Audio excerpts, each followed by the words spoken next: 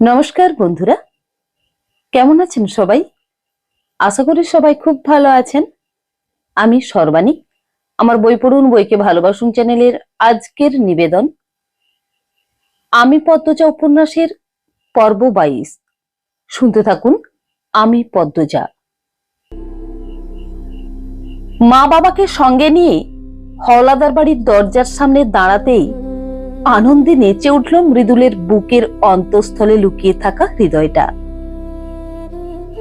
মা বাবাকে যখন জানিয়েছিল যে সে বিয়ে করতে চায় এবং পাত্রীও পছন্দ করেছে, তখনই তারা উল্লাসে আত্মহারা হয়ে গিয়েছিল। মিয়া পরিবারের সবাই এই খুশির খবরে আনন্দোৎসব শুরু করে দিয়েছিল। মৃদুল তাদের আদরের সন্তান। দীর্ঘদিন অলন্দপুরে থাকার কারণে তার মা জুলেখা বানু মানসিক ও শারীরিকভাবে ভেঙে পড়েছিলেন। 6 বিঘা জমির উপর নির্মিত কাঠের বাড়ি আর 90 বিঘা কৃষি জমির একমাত্র উত্তরাধিকারী মৃদুল। তার অনুপস্থিতিতে বাড়ির প্রতিটি সদস্য যেন বেঁচে থেকেও মৃত অবস্থায় দিন কাটাচ্ছিল। এমন পরিস্থিতিতে মৃদুলের বিয়ের সিদ্ধান্ত তাদের জীবনে ঈদের আনন্দ বয়ে এনেছে। তাই এত তাড়াতাড়ি তাদের আগমন।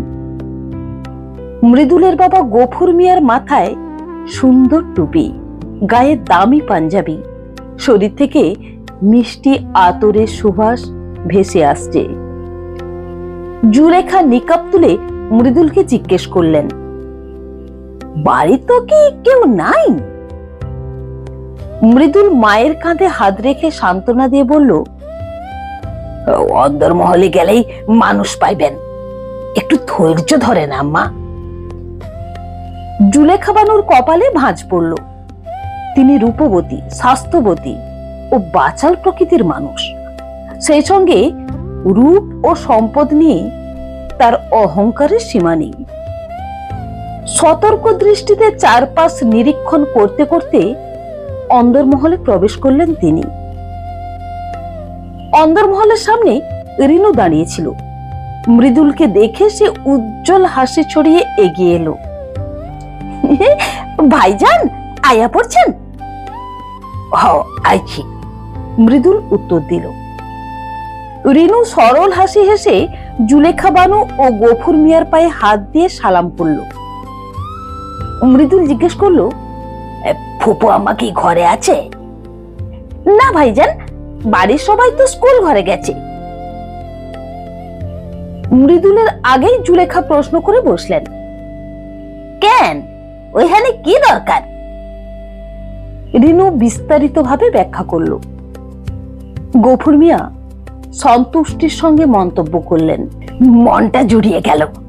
হাওলাদার বাড়ির আত্মীয় হওয়া আমাদের 7 জন্মের সৌভাগ্য।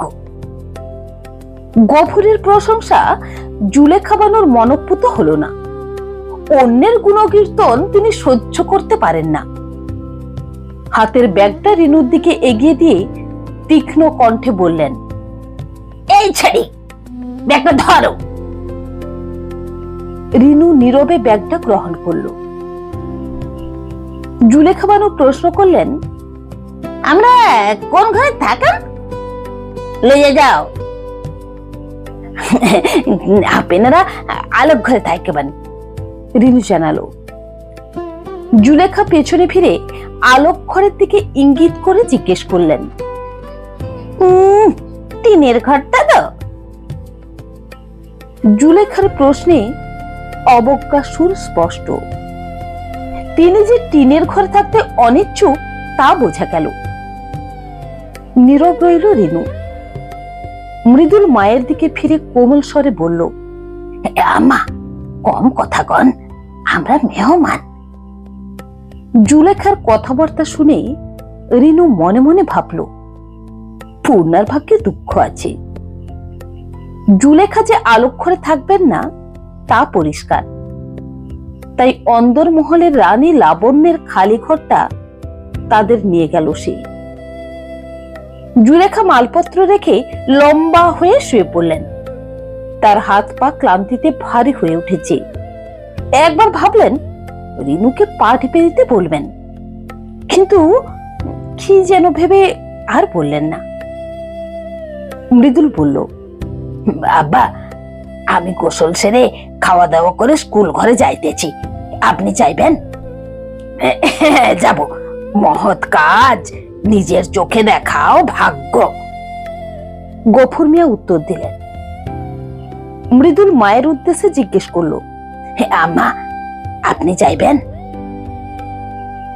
ক্লান্ত জুলেখা মৃদুস্বরে বললেন, না গো বাবা। তিনি উঠে বসলেন। রিনুকে ডেকে বললেন, এই ছাড়ি, কলটা কোন দিক দিয়া? জুলেখার কথা আদেশ না হুমকি রিনু বুঝতে পারল না। সে নীরবে জুলেখাকে কলতলায় নিয়ে গেল। মনে মনে ভাবল, লতিফা বাবু থাকলে ভালো হতো। নতুন কোনো অতিথি এসে অহংকার দেখালে লতিফা তাকে ভালো সাহায্য করতে পারে। দুপুরে সূর্য মাথার উপর জ্বলজ্বল করছে। মাঠ জনাকীর্ণ। এক পাশে মহিলা ও শিশুরা, অন্য পাশে পুরুষেরা সমাবেত হয়েছে। রিদওয়ান শৃঙ্খলা বজায় রাখার দায়িত্বে নিয়োজিত। বাইর থেকে দেখলে রিদওয়ানকে একজন মহৎ, ভদ্র, শান্তশিষ্ট ব্যক্তি বলে মনে হয়। এমন মানুষ যাকে প্রায় দেখা যায় না। জনসাধারণের ধারণা রিদওয়ান একজন জ্ঞানী ব্যক্তি। সে সর্বদা বইপত্র নিয়ে ব্যস্ত থাকে, তাই তার দেখা পাওয়া দুর্লভ। কিন্তু হায়, এই সরল প্রাণের মানুষগুলো যদি জানতো তার অন্তরের খবর। উপস্থিত প্রতিটি মানুষ আনন্দে উচ্ছ্বসিত। এত বিপুল সংখ্যক মানুষকে শীতবস্ত্র বিতরণ করা সামান্য কাজ নয়। যখন হাওলাদার পরিবারের সদস্যরা এই মহৎ কাজটা সম্পন্ন করে, তখন সবার চোখে তারা ফেরেশতার মর্যাদা লাভ করে। স্বর্গীয় দূতের সঙ্গে তুলনা করা হয় তাদের। মজিদ হাওলাদার ও খলিল হাওলাদার শীতবস্ত্র বিতরণে ব্যস্ত। পদ্মজা একপাশে নীরবে দাঁড়িয়ে। তার দুই পাশে দুজন লোক আঠার মতো সেটে আছে। তাদের দৃষ্টি পদ্মজার উপর নিবদ্ধ। পদ্মজার চোখ অস্থিরভাবে লিখনকে খুঁজছে। মানুষটার আগমনের বিষয়ে সে নিশ্চিত নয়, তবু মনে মনে প্রার্থনা করছে যেন আসে। আজ তার এখানে আসাটা অনেক মেয়ের জীবন রক্ষার কারণ হতে পারে। পদ্মজার দৃঢ় বিশ্বাস লিখন একজন সৎ মানুষ। সমস্ত ঘটনা শোনার পর সে নিশ্চয়ই যথাযথ পদক্ষেপ নেবে। হঠাৎ লিখন ভিড় ঠেলে প্রান্তর পাশে এসে দাঁড়ালো। প্রান্ত প্রথমে অবাক হলেও হাসি মুখে করমর্দন করে জিজ্ঞেস করলো, কেমন আছেন ভাইয়া? ভালো, তুমি কেমন আছো? লিখন প্রতি প্রশ্ন করলো। ভালো ভাইয়া। পূর্ণা প্রেমা আসেনি? আসছে, ওদিকে আছে। প্রান্ত স্কুলের ডান দিকে ইঙ্গিত করলো। কৌতূহলী হয়ে লিখনকে প্রশ্ন করলো ত্রিধা, কেউ? লিখন নিম্ন স্বরে উত্তর দিল, পদ্মজার ভাই। ত্রিধা তৎক্ষণাৎ প্রান্তের দিকে ফিরে জিজ্ঞেস করলো, তোমার পদ্মজা আপা কোথায়? প্রান্ত সরাসরি আঙুল দিয়ে নির্দেশ করে বলল, ওই যে। চোখ কুঁচকে সেদিকে তাকালো ত্রিধা। আবার প্রান্তকে প্রশ্ন করলো, সবার তো মুখ ঢাকা, পদ্মজাকে? প্রান্তের আগে লিখন উত্তর দিল, লম্বা মেয়েটি। তীক্ষ্ণ দৃষ্টিতে লিখনের দিকে তাকালো ত্রিধা। মুখ না দেখে চিনলে কি করে? জানি না, মনে হলো। প্রান্তের দিকে ফিরে লিখন জিজ্ঞেস করলো, প্রান্ত ঠিক বলেছি?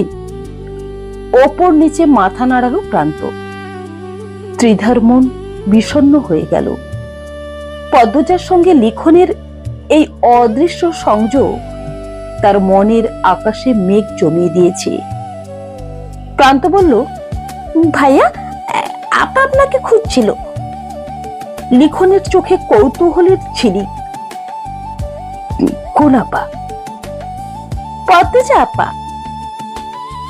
দুটি শব্দ বজ্রপাতের মতো আঘাত করল লিখনের হৃদয়ে।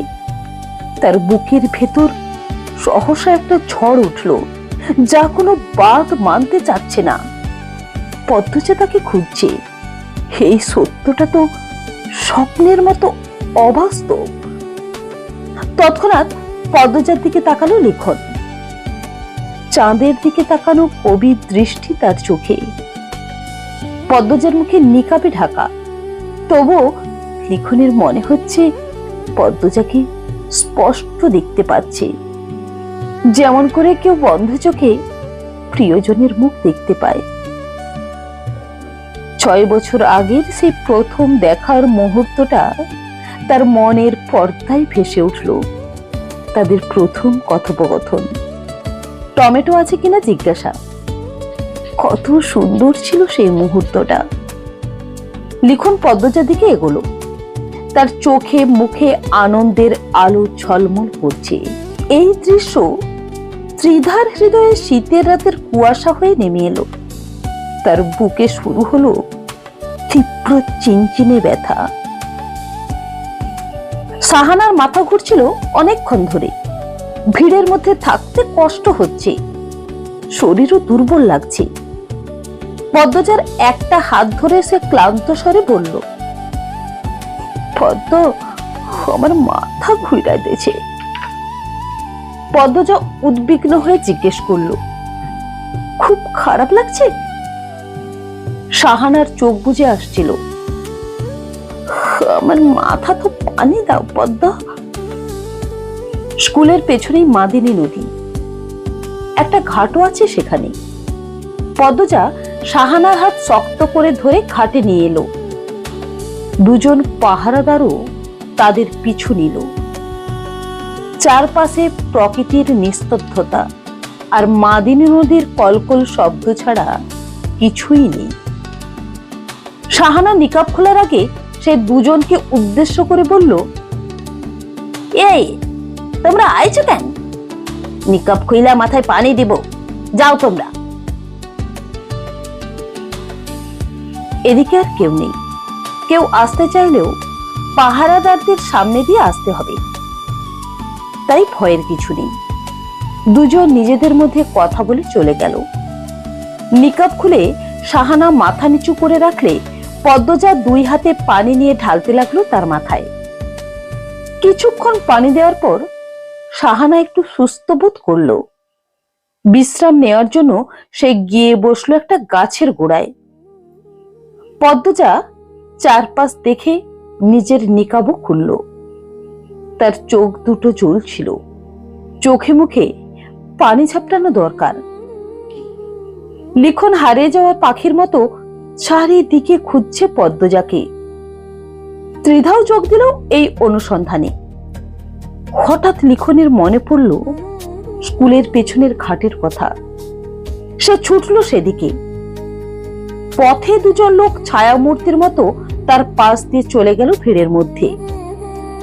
ঘাটে পৌঁছে থমকে দাঁড়ালো লিখন। সাহানা পেছন ফেরে লিখনকে দেখে আবার চোখ সরিয়ে নিল। পদ্মজা মুখ ধুয়ে ফিরে দাঁড়াতেই তার চোখে পড়ল লিখন। লিখনও দেখতে পেল পদ্মজার গলার কালো খয়েরি দাগ আর মুখের ক্ষত।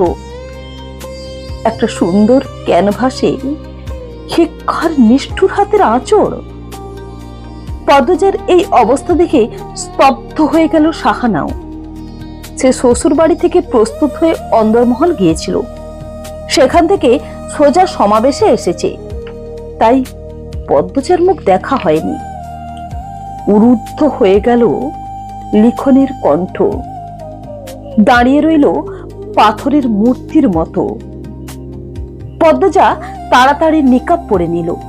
সে নিজেকে আবার লুকিয়ে ফেলতে চাইছে, যেভাবে একটা ক্ষত বিক্ষত পাখি উঠতে চেষ্টা করে, ঠিক সেভাবে এক পা করে উপরে উঠে আসতে লাগলো পদ্মজা। তার প্রতিটি পদক্ষেপ লিখনের হৃদয়ে তীব্র কম্পন জাগাচ্ছে। পদ্মজার হাত ধরে উৎকণ্ঠিত হয়ে শাহানা জিজ্ঞেস করলো, ও পদ্ম, তোমার এই হাল কেমনে হইল?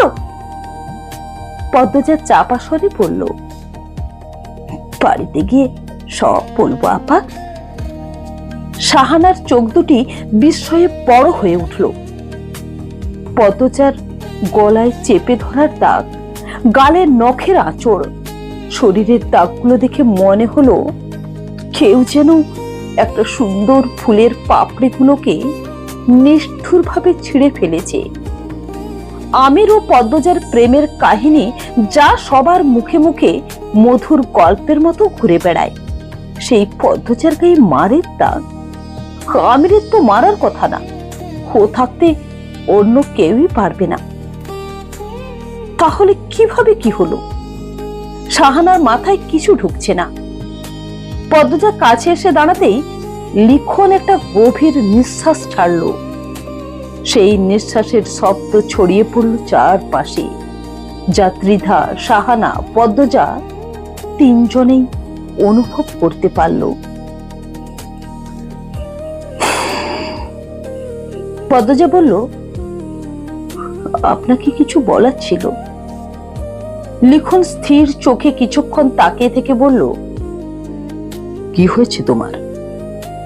অপ্রস্তুত হয়ে পড়ল পদ্মজা। কেউ যদি তার মুখ দেখে ফেলে তাহলে তাকে নানা রকম প্রশ্নের মুখোমুখি হতে হবে। এই কারণেই সে কারো সামনে মুখ খোলেনি। এমনকি পূর্ণা প্রেমার সঙ্গে দেখা হওয়ার সময়ও খোলেনি নিকাবটা। লিখন একটু এগিয়ে এসে আবার জিজ্ঞেস করল, কে মেরেছে? পদ্মজার বুক ধুকপুক করছে। মিথ্যা বলা তার স্বভাবে নেই, কিন্তু সত্য বলাও এই মুহূর্তে সম্ভব নয়। লিখনের পাশে দাঁড়িয়ে থাকা ত্রিধার দিকে তাকালো সে। পুতুলের মতো সুন্দর মেয়েটি উৎসুক হয়ে তাকিয়ে আছে। ত্রিধা অবশ্য পদ্মজার শরীরের দাগ নিয়ে চিন্তিত নয়, বরং সে আগ্রহ নিয়ে পদ্মজার চোখ দেখছে। কাঁদার কারণে চোখ ফুলে থাকলেও সৌন্দর্য হারিয়ে যায়নি। অসাধারণ দুটি সুন্দর চোখ। পদ্মজা জবাবে বলল, মারের দাগ হতে যাবে কেন? মুখের দাগ, গলার আঙুলের ছাপ, চোখও ফোলা, এগুলো কি সাধারণ আঘাতের লক্ষণ? এসব কি আমির হওলাদার করেছে? তার কথা শুনে শাহানা রেগে গেল। আমিরকে নিয়ে এমন কথা শোনাও তার কাছে অকল্পনীয়। গর্জে উঠে বলল, বাবু মারবা কেরে? তুমি কি তা কও? পরিস্থিতি যে দ্রুত নিয়ন্ত্রণের বাইরে চলে যাচ্ছে তা বুঝতে পেরে পদ্মজা তৎপর হয়ে উঠল। সে লিখনের দিকে তাকিয়ে দ্রুত বলল, সব বলবো, আপনার সঙ্গে আমার জরুরি কথা আছে, আপনার সাহায্য দরকার। শাহানা আগুনে ঘি ঢালার মতো করে পদ্মজার হাত ধরে টেনে নিজের দিকে ঘুরিয়ে বলল, পরপুরুষের কাছে কি এর সাহায্য চাও পদ্ম? পরিস্থিতি আরো জটিল হচ্ছে। সে ধীরে ধীরে বলল, আপা, আমি আপনাকে সব বলবো, একটু সময় দিন। পদ্মজাকে পাহারা দেওয়া দুজন লোকের নাম হাবু ও জসিম। তাদের ভিড়ের মধ্যে দাঁড়িয়ে থাকতে দেখে রিদওয়ান পদ্মজাকে খুঁজতে বেরিয়ে পড়ল। ঘাটে এসে সে দেখল অপ্রত্যাশিত দৃশ্যটি। পদ্মজা দাঁড়িয়ে আছে দেশের নামকরা অভিনেতা লিখনের সামনে। থক করে উঠল রিদওয়ানের বুক। লিখনের মতো প্রভাবশালী ব্যক্তি যদি সত্যটা জেনে ফেলে তাহলে তাদের সবার পতন অনিবার্য। এই লোক থামবে না। পদ্মজা, ডাকলো সে। কণ্ঠটা শোনা মাত্র পদ্মজা কেঁপে উঠল। লিখনের সঙ্গে কথা বলার সুযোগ যে এখনই শেষ হয়ে যাবে তা বেশ বুঝতে পারল সে। রিদওয়ান কাছে এসে বলল, চাচা যেতে বলেছেন। পরিস্থিতি সামাল দিতে শাহানা তৎপর হয়ে উঠল। সে রিদওয়ানের দিকে তাকে বলল, মাথাটা ঘুরতাছিল, পদ্ম আমারে খাটে আইনা মাথা তো পানি ঢালছে। উত্তেজনা আর রহস্যের মেঘ ঘনীভূত হতে লাগলো। চোখের কোণ দিয়ে লিখনের প্রতিক্রিয়া বোঝার চেষ্টা করলো রিদওয়ান। চোখাচোখি হতেই তাড়াতাড়ি ফিরিয়ে নিল দৃষ্টি, কিন্তু সেই ক্ষণিক দৃষ্টি বিনিময়ই যথেষ্ট ছিল লিখনের মতো অভিজ্ঞ মানুষের কাছে। সে বুঝে ফেলল এখানে কোনো গোলমাল আছে। পদ্মজার অবস্থা স্বাভাবিক নয়, তার সঙ্গে কোনো অঘটন ঘটছে। শাহানার দিকে ফিরে রিদওয়ান জিজ্ঞেস করলো, এখন ঠিক আছো?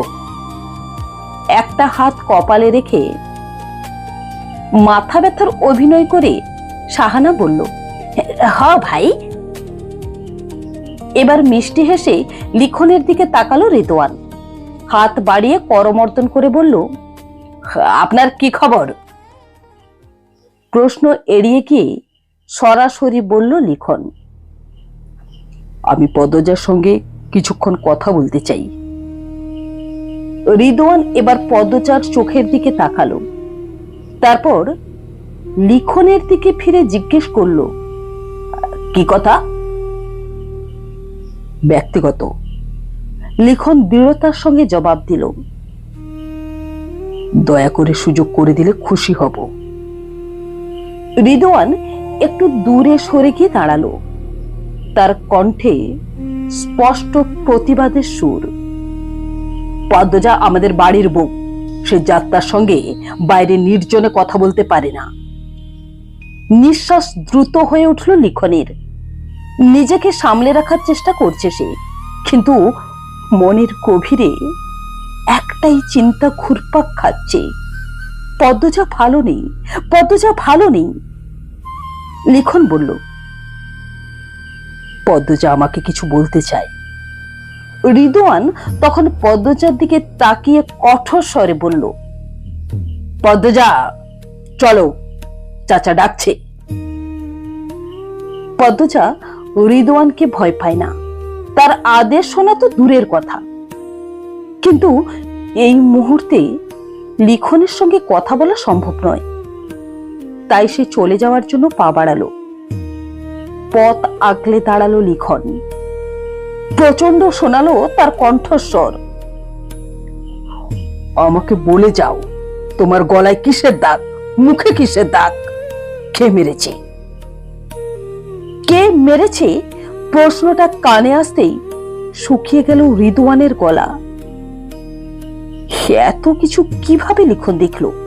পদ্মজা দেখিয়েছে? একজন পরপুরুষকে নিজের গলা দেখালো? রিদওয়ান আর নিজেকে সামলাতে পারল না, বেরিয়ে পড়ল তার আসল রূপ। ভাষা নিয়ন্ত্রণের বাইরে চলে গেল। পদ্মজার দিকে তাকে বিদ্রুপের সুরে বলল, তুমি না খুব সত্যি তা পরপুরুষকে যে গলা দেখিয়ে বেড়াও আমি জানি। লিখনের ধৈর্যের বাঁধ ভেঙে গেল। সে আর নিজেকে সামলাতে পারল না। পদ্মজা নিপীড়নের শিকার, এই উপলব্ধি উন্মত্ত করে তুলেছে তাকে।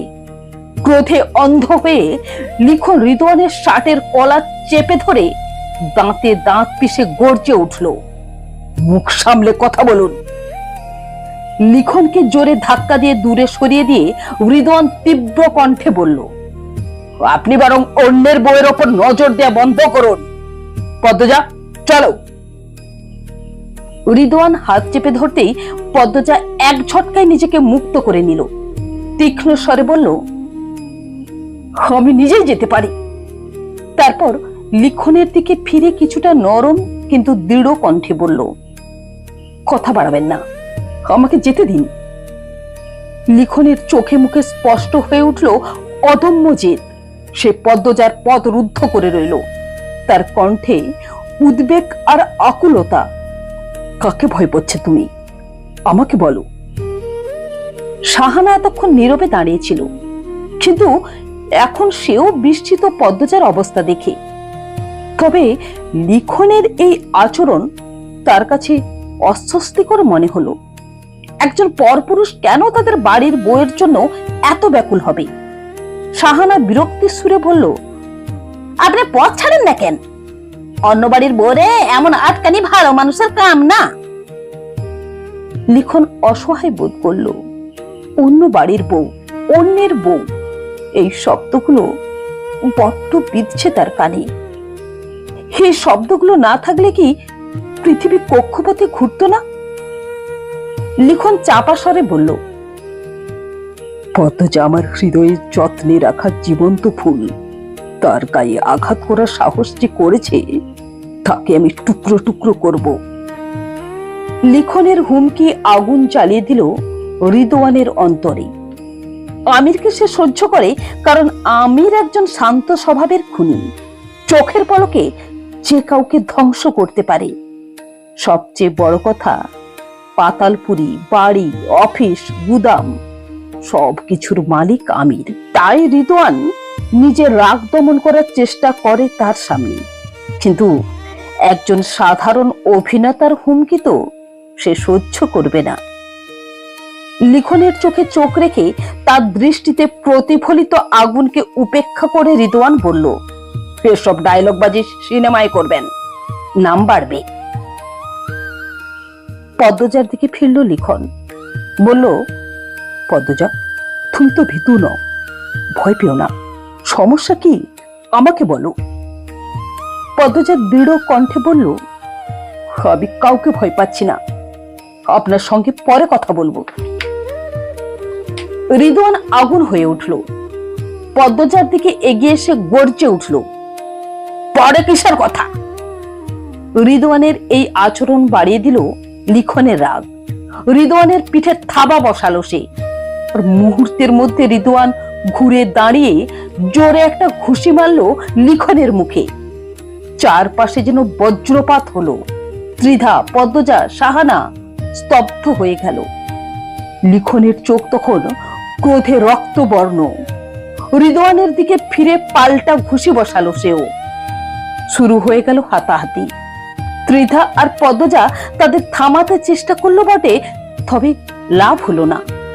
ক্রমশ উত্তপ্ত হতে লাগলো দুজনের মধ্যকার লড়াই।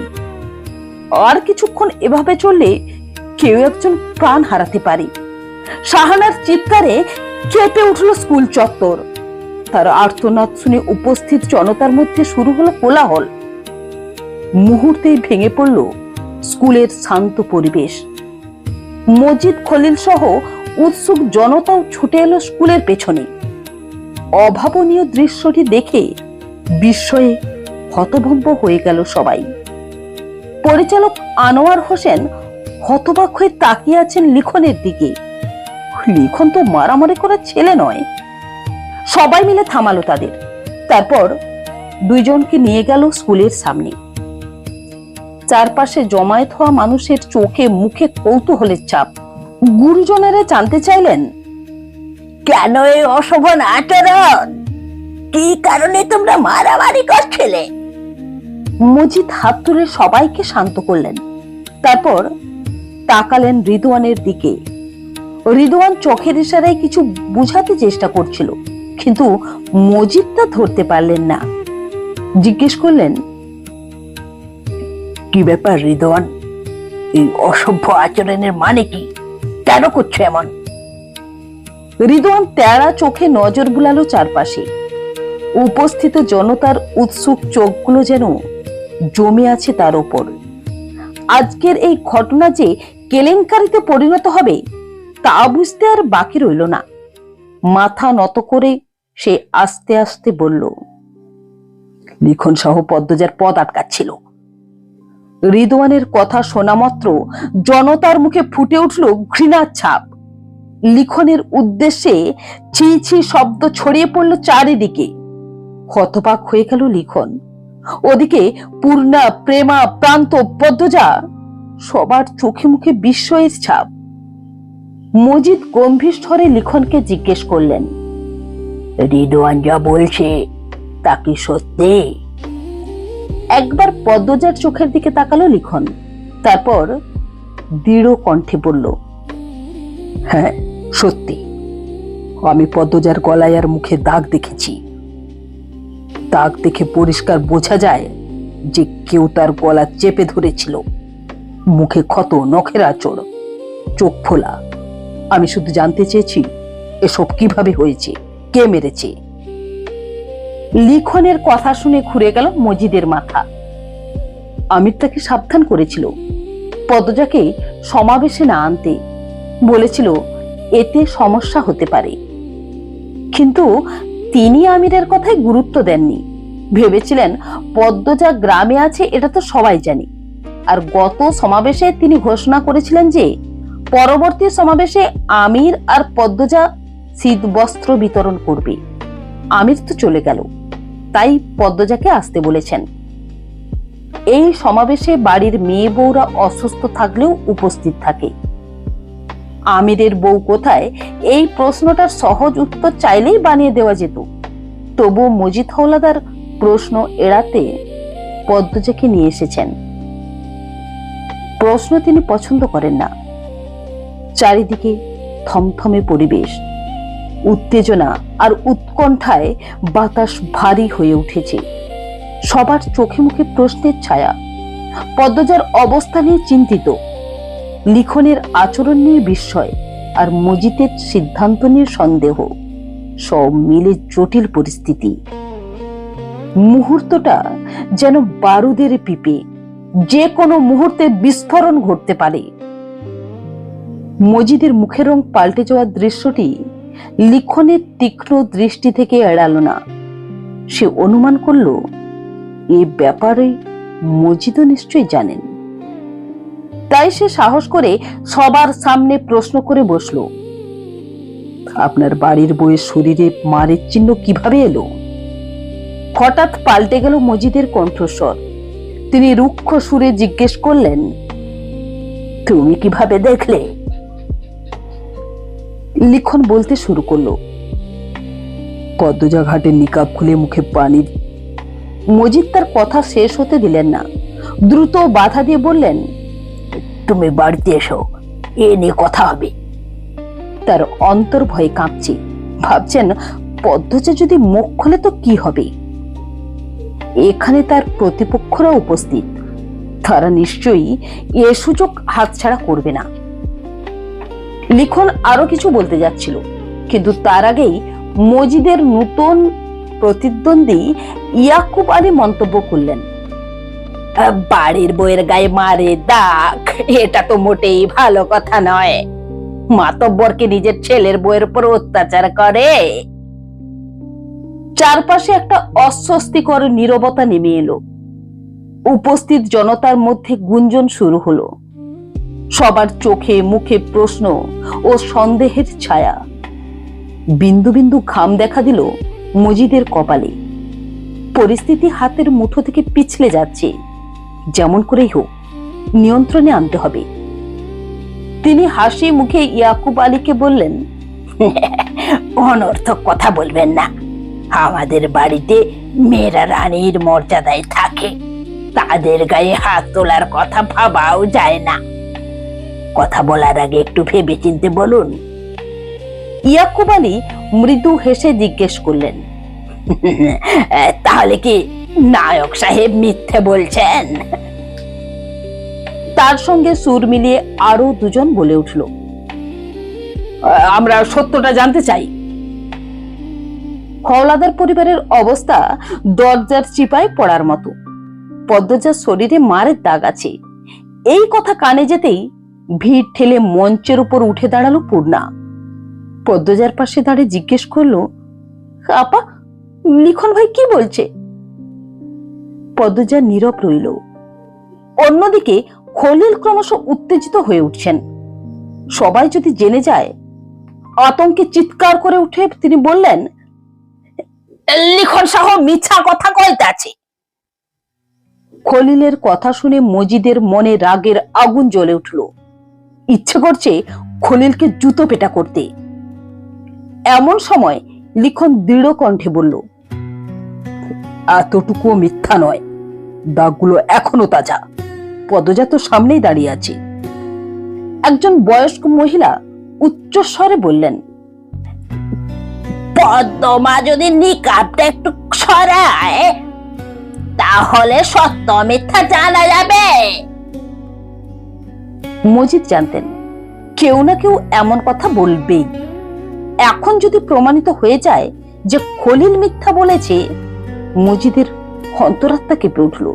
তিনি কি করবেন, কি বলবেন, কিছুই বুঝতে পারছিলেন না।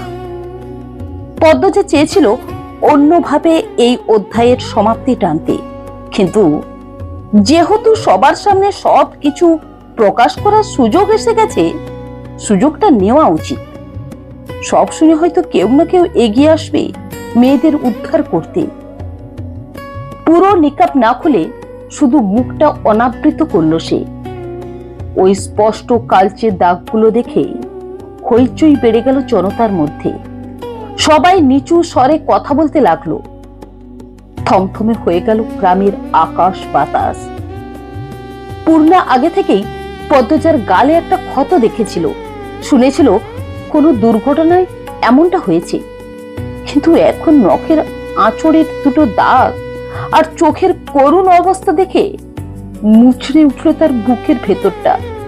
সে ধীরে ধীরে পদ্মজার সামনে এসে নিকাব তুলে গলার দিকে তাকে চমকে উঠল, চোখের জল নিয়ে ডেকে উঠল, আপা।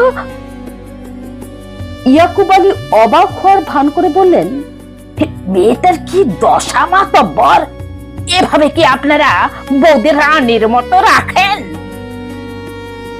মজিদের বুকের ব্যথা বেড়ে গেল। তিনি এক পা পিছিয়ে গেলেন, মনে মনে ভাবলেন, কি হচ্ছে এসব? রিদওয়ান উদ্বেগে জিহা দিয়ে ঠোঁট ভিজিয়ে নিল। পদ্মজার চোখের দিকে তাকিয়ে অনুমান করতে পারছে ও মেয়ে এখনই সবকিছু ফাঁস করে দেবে।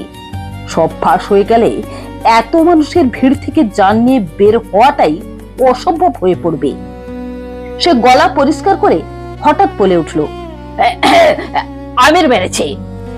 পদ্মজার সঙ্গে লিখন শাহর 6 বছর আগে সম্পর্ক হয়েছিল।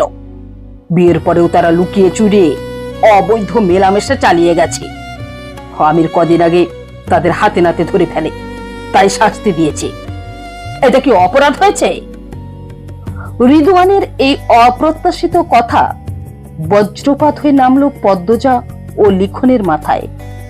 তারা হতবাক হয়ে গেল, বুঝতে পারল না কি প্রতিক্রিয়া দেখাবে। জ্বলে উঠেছে মজিদের চোখ দুটি। অবশেষে রিদওয়ান এই জটিল পরিস্থিতি থেকে বেরিয়ে আসার একটা পথ খুঁজে পেয়েছে। দ্বিগুণ হয়ে গেল কোলাহল। কেউ বিশ্বাস করেছে, কেউ বা সন্দেহ। মজিদ কখনো ভাবেনি তার পরিবার নিয়ে আবার এমন একটা জনসভা হবে। যা হওয়ার তা হয়ে গেছে। এখন পদ্মজার সম্মান বিসর্জন দিয়ে হলেও তাদের সম্মান রক্ষা করতে হবে। মজিদ গলা খাঁকড়ে দিয়ে বললেন, এটা আমাদের পারিবারিক ব্যাপার, আমরা এর সমাধান করব, আপনারা দয়া করে। কিন্তু তার কথা শেষ হওয়ার আগেই জনতার মধ্য থেকে কে যেন চিৎকার করে উঠল, না, আমরা জানতে চাই পুরো ব্যাপারটা। অসহ্য ক্রোধে রিদওয়ানের দিকে ছুটে গেল লিখন। হাবু, জসিম সহ আরো কয়েকজন তাকে আটকাতে এগিয়ে এলো। গর্জন করে উঠল সে, মিথ্যাবাদী! জনতার মধ্য থেকে কেউ একজন উচ্চ স্বরে বলল, মাতব্বর সাহেব, আমাদের সত্যিটা খুলে বলুন। মজিদ হলাদার সবার উদ্দেশ্যে বললেন, আমি কখনো চাইনি আমার বৌমার কোনো দুর্নাম হোক। যাই হোক, সে তো আমার একমাত্র ছেলে স্ত্রী, কিন্তু পরিস্থিতি যখন আমাকে বাধ্য করছে তখন না বলে উপায় নেই। একটু থেমে আবার শুরু করলেন, আপনাদের অনেকেই জানেন মোড়ল বাড়িতে লিখন সহ একবার শুটিং করতে এসেছিল। সেই সম্পর্ক নিয়ে আমাদের কোনো ধারণা ছিল না। ঘটনাচক্রে আমার ছেলে আমিরের সঙ্গে পদ্মজার বিয়ে হয়, তারপর দুজন ঢাকায় চলে যায়। কিন্তু পদ্মজা একই সঙ্গে লিখন শাহের সঙ্গে সম্পর্ক চালিয়ে যায়, যেটা আমার বোকা ছেলে 6 বছর ধরতে পারেনি। মজিদের কণ্ঠস্বরে বেদনার সুর ফুটে উঠল। চারপাশে তাকে দেখলেন সবাই নিঃশ্বাস বন্ধ করে তার কথা শুনছে। আবার শুরু করলেন তিনি। গ্রামে আসার পর লিখন সহ 2 বার আমাদের বাড়িতে গিয়েছিল। এর প্রমাণও আছে, অনেকেই দেখেছেন তো। জনতার মধ্যে গুঞ্জন শুরু হলো, মাথা নাড়ল কেউ কেউ। গ্রামের মাঠে দাঁড়িয়ে থাকা মানুষগুলো এখন দ্বিধাগ্রস্ত। কাকে বিশ্বাস করবে, মজিদের কথা না লিখনের প্রতিবাদ? পদ্মজার নীরবতা কি অপরাধের শিকার নাকি অসহায়ত্বের প্রকাশ? জনতার মধ্যে কয়েকজন একসঙ্গে বলে উঠল তারা নিজের চোখে দেখেছে। মজিদ এই সুযোগকে কাজে লাগিয়ে বললেন, লিখন শাহ কিন্তু পদ্মজার জন্যই আসতো। একদিন রাতেও এসেছিল, আর তখনই আমি হাতে নাতে ধরে ফেলে দুজনকে। রাগের বশে পদ্মজার গায়ে হাত তোলে, একটু মারধর করে। এতে কি আমার ছেলের দোষ হয়েছে? তার কথা শেষ হতে না হতেই পদ্মজা ক্ষুব্ধ বাঘিনীর মতো চিৎকার করে উঠল, মিথ্যে কথা! আপনি বানিয়ে বানিয়ে আমার নামে কুৎসা রটাচ্ছেন। গভীর নিঃশ্বাস ফেললেন মজিদ হওলাদার। তিনি জানেন এই গ্রামবাসী তাকে কতটা শ্রদ্ধা করে, কতটা বিশ্বাস করে। আর লিখনকেও অনেকে বাড়িতে যেতে দেখেছে। পদ্মজার নামে একবার সালিশ বসেছিল, যদিও সেটা তার ছেলের সঙ্গে। কিন্তু এই সমাজে একজন মেয়ে নির্দোষ হলেও একবার তার নামে কোনো কলঙ্ক ছড়িয়ে পড়লে সে দাগ কখনো মোছা যায় না। পুরুষের ক্ষেত্রে ভুল বা বদনাম সহজেই ভুলে যায় বা উপেক্ষা করা হয়, কিন্তু মেয়েদের ক্ষেত্রে সমাজ সেটিকে স্মৃতি পটে খোদাই করে রাখে। যেভাবে সাদা কাগজে একবার কালির দাগ লাগলে সেটি যতই মুছতে চাও না কেন, দাগের চিহ্ন থেকে যায়। তিনি সবার সামনে 2 হাত তুলে নরম স্বরে বললেন, আমার আর কিছু বলার নেই। বিশ্বাস অবিশ্বাস আপনাদের উপর। মাঠে নেমে এলো অস্বস্তিকর নীরবতা। বাতাসে ভেসে বেড়াতে লাগলো গুঞ্জন। মানুষগুলো পরস্পরের দিকে তাকাতে লাগলো, যেন একে অপরের চোখে সত্যের সন্ধান করছে। লিখনকে হাবু ও জসিম শক্ত করে ধরে রেখেছিল। সে তাদের বাঁধন থেকে মুক্ত হওয়ার জন্য ছটফট করছে। রিদওয়ান তৎক্ষণাৎ এগিয়ে এসে লিখনকে আরো জোরে চেপে ধরল। তার ইশারায় ছুটে এলো আরো কয়েকজন। পরিচালক আনোয়ার হোসেন লজ্জায় ও বিস্ময়ে মাথা নিচু করলেন। তিনি ভাবলেন, মজিদ হাওলাদার তো মিথ্যা বলবেন না। তিনি একজন সম্মানিত ও মহৎ ব্যক্তি। লিখন যে একটা মেয়ের জন্য পাগল সেটা তিনিও জানতেন। মজিদের কথা অবিশ্বাস করার কোনো কারণ নেই, তবে ছেলেটাকে সচরিত্র বলেই জানতেন। মুহূর্তের মধ্যে সবকিছু উলট পালট হয়ে গেল। গ্রামবাসী দ্বিতীয়বারের মতো পদ্মজার চরিত্রে ছি ছি ও ধিক্কার ছুড়ে মারতে লাগলো। কেউ যাতে তার গায়ে হাত না দিতে পারে সেজন্য পদ্মজা তড়িঘড়ি করে কোমরে ছুরি খুঁজলো। ছুরি নেই। সে প্রচন্ড জোরে চিৎকার করে উঠল, সবাই আমার কথা শুনুন। কোলাহলপূর্ণ জনসমাবেশ বাতাসে মিলিয়ে গেল তার কথা। চারিদিকে শুধু হই হুল্লোড়, কর্কশ আওয়াজ আর অসংলগ্ন বাক্যের ঢেউ। মজিদ হাওলাদার গ্রামের প্রভাবশালী ব্যক্তি। তার কথায় লোকজন মোহাচ্ছন্ন। তারা শুনেছে তাকে অন্ধবিশ্বাসী। গ্রামবাসীর কাছে তাদের ফেরেশতার সমতুল্য মাতব্বরের প্রতিটি কথা সত্য, প্রতিটি যুক্তি অকাট্য। বন্ধুরা, আমি পদ্মজা উপন্যাসের পর্ব 22 এখানেই শেষ করলাম। নমস্কার।